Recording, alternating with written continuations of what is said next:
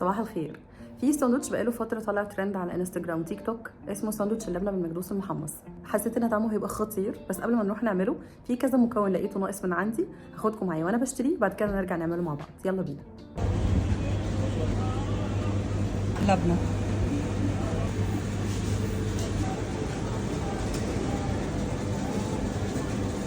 مكدوس،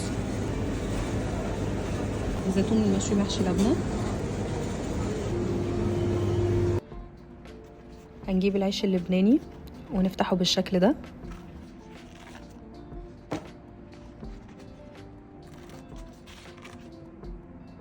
وبعدين حطيت عليهم زيت زيتون وهدهنهم كويس جدا بالفرشة.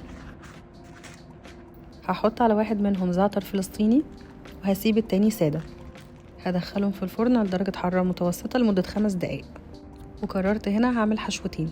أول حشوة تبقى عبارة عن لبنة، مكدوس، طماطم شيري، والزيتون المشوي محشي لبنة. العيش المحمص اللذيذ جاهز معانا، وهسيبكم تسمعوا صوت القرمشة. تاني حشوة تبقى مسكرة واستخدمت فيها اللبنة، تين فريش أو مجفف، عين جمل، وعسل. ونسمع كده صوت القرمشة تاني.